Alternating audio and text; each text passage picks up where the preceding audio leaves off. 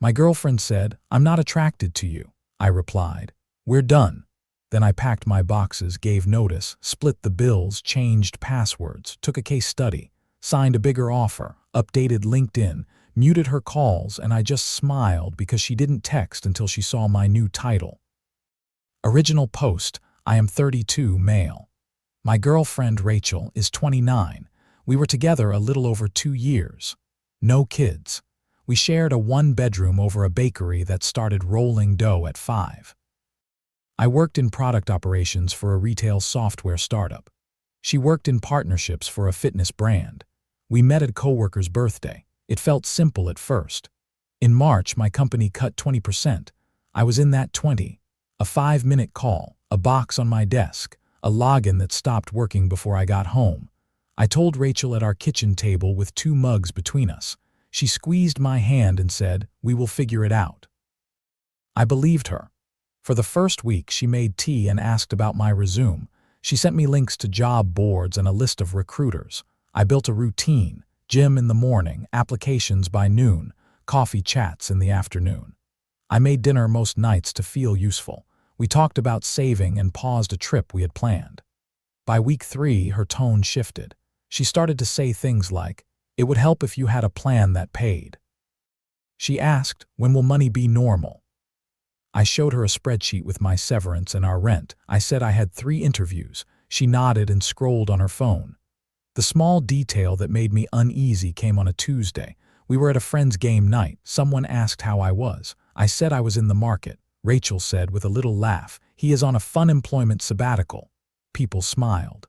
I felt my ears heat. On the walk home, I said the joke stung. She said, "Lighten up." I tried. I kept my head down. I sent thank you notes. I set a daily goal for applications. I took a contract gig fixing a messy spreadsheet for a small shop. It paid little but kept me sharp. I told Rachel I was proud of the work. She said, "That is something." Then came the line I cannot forget. We were brushing our teeth. She said, toothbrush in hand, "I'm not attracted to this version of you." I asked what that meant. She said, "The unemployed one."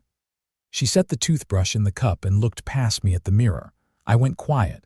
I slept on my side, eyes open, watching the white line under the blind shift when cars passed. In the morning, I wrote the sentence in a note on my phone so I would not pretend later that I had misheard it. I started a folder on my laptop called Job plus House. I put my resume, portfolio, and a list of companies there. I saved email threads with interview dates. I saved rent receipts. I saved the messages where she called it fun employment. Not as ammo, as a record that my brain could trust. That was my first action, not a fight, a file. Update 1, a week later, I had a second round with a logistics firm and a case study with a larger e-commerce company. They asked for a presentation on vendor lead times. I pulled data from public reports and built slides. I practiced out loud. Rachel came home and saw the open laptop. "Can we talk?" I asked. She leaned on the doorframe. "About what?" "About what you said," I said. "About not being attracted to me because I am unemployed." She lifted a shoulder. "I said what I feel. I want a partner with drive. Security is attractive. This is not." "I have drive," I said. "I am doing the work. I need support while I do it." "I supported you the first 2 weeks," she said. "It is dragging on." "I do not want to carry this vibe."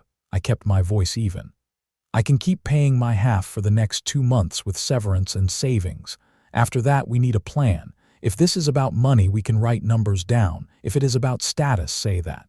She looked at the ceiling like there were answers there. "I cannot help how I feel," she said. "I love you, but this is not it. When you have a job again, maybe I will feel different." "So my job holds our relationship up," I said. "It is part of it," she said. "You were hot when you were rising, now you are flat." I nodded once. The words landed and did not bounce. "Okay," I said, "then we should break up." She blinked. "Are you serious?" "Yes," I said. "I want a partner who finds me attractive when I am solving a problem, not just when I am posting promotions." Her face shifted to anger. "You are quitting us because I am honest." "I am ending it because your honesty shows a value I cannot live with," I said. "We can talk logistics by text." She crossed her arms. "You will regret this when you see how hard it is out there." I see it already, I said. I still choose this. I packed a bag and slept on my friend Lewis's couch that night. In the morning, I sent Rachel a calm message. I will move my things this weekend. I will pay my half through end of month. I will remove my name from utilities that are mine. Please do not contact my family. We can keep this clean. She wrote back, do what you want. Update 2, the next days built themselves. I moved my clothes and my desk to a short-term sublet near a train stop. I sent the landlord a notice. Month to month meant I could go. I left Rachel the couch, the blender, and the plants she liked. I took the coffee grinder because it was my dad's old one. Rachel went loud online. She posted a photo with a line about choosing abundance energy and not dating men who shrink. She tagged a brunch place. Friends sent screenshots. I said nothing. I went for a run. I made eggs. I had the case study on Thursday. I wore the one navy shirt that made me look like I ironed even when I did not. I presented for 20 minutes and answered questions for 10. They said they would be in touch next week. I smiled and said I looked forward to it. When the call ended, I exhaled like a slow leak. The next afternoon, my phone rang with a number I did not know. The e-commerce company had moved fast. They wanted to extend an offer. The base beat my last base by a third. There was a sign on an equity with a longer vest. The hiring manager said, we need builders. I said I am one. She said the packet would come by email. It did. I forwarded the offer to my friend who reads comp for fun. He wrote, good. Ask for a small bump on base and a WFH stipend. I did. They said yes to the stipend and split the base bump. I signed. I did not tell Rachel. I wanted to sit with the news by myself for a day and then tell my mom. That night I went to my mom's place with takeout and the offer printed because she likes paper. She cried and clapped once the way she does when happy sneaks up on her. We ate noodles. We watched a show with bad writing and better commercials. I drove home feeling like my lungs had room again.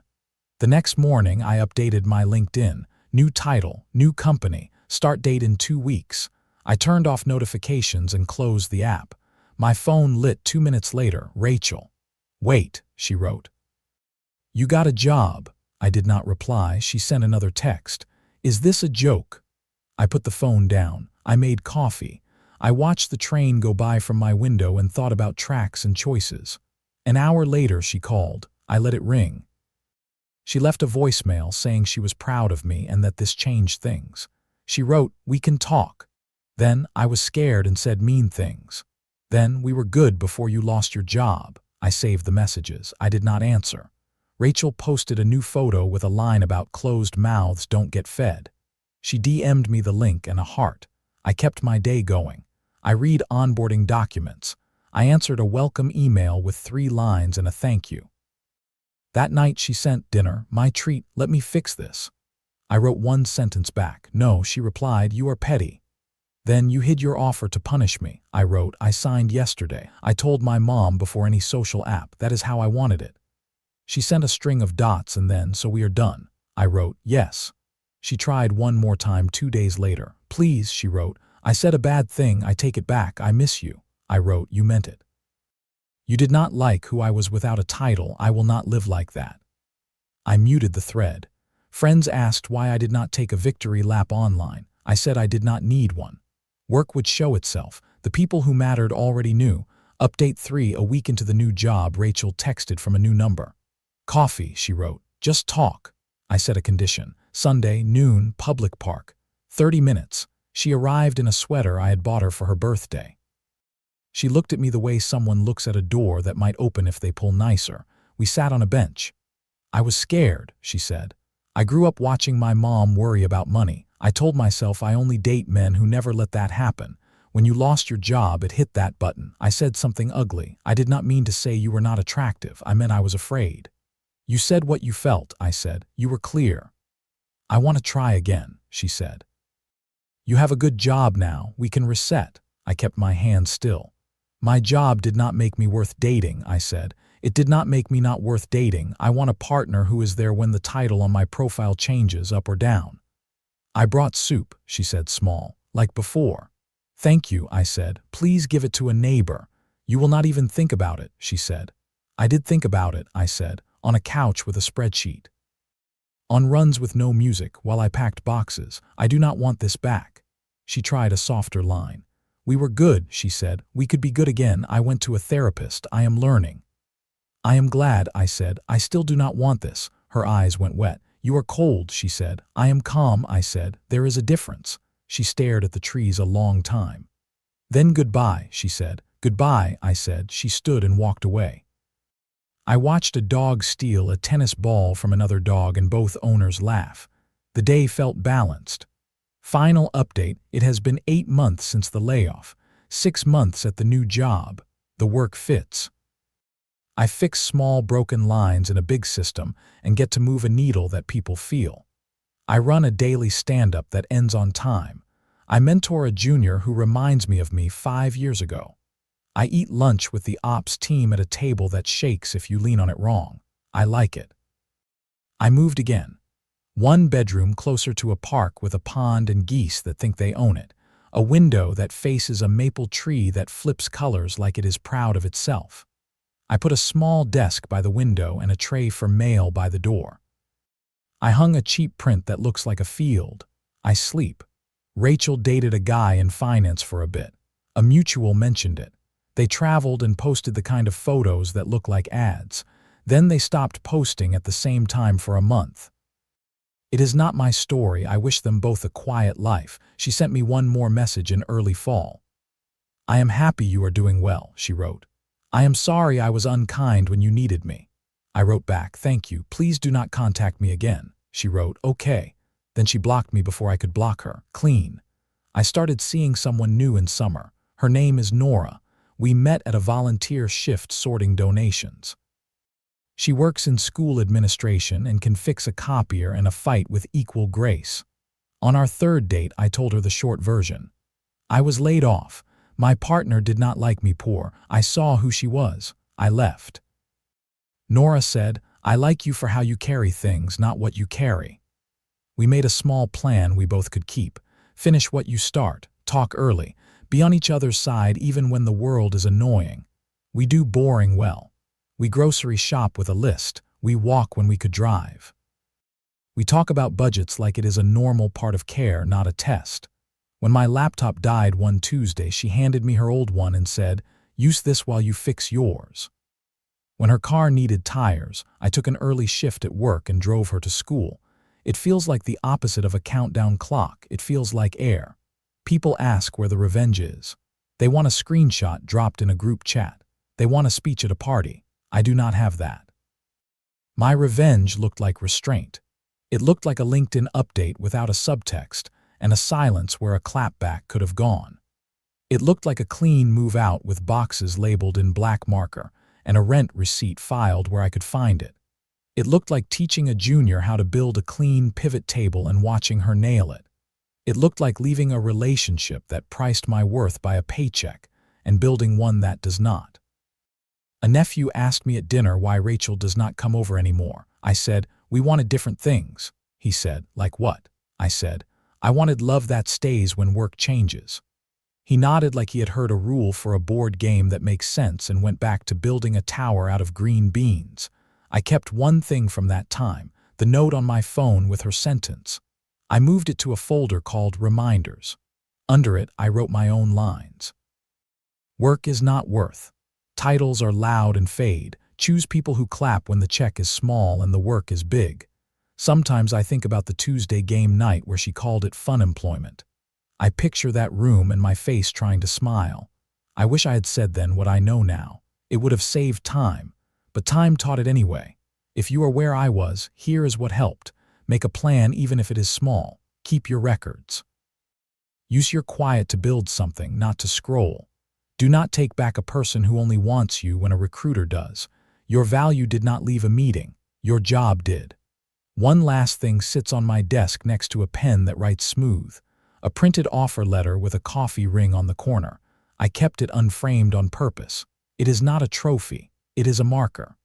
The day before I signed it, I thought my life had been paused by someone else's decision. It had not. It had only asked me a question. Who do you want beside you when the title line goes blank? My answer is short now. People who stay. People who do not need a login to see me. People who measure character by how you behave when a plan breaks. The story ends quiet. A window open a few inches. A spreadsheet that balances. A text from Nora that says, "Home soon." I reply, "Me too." No show, no stage. Just two people carrying the same day across the same room. It is enough.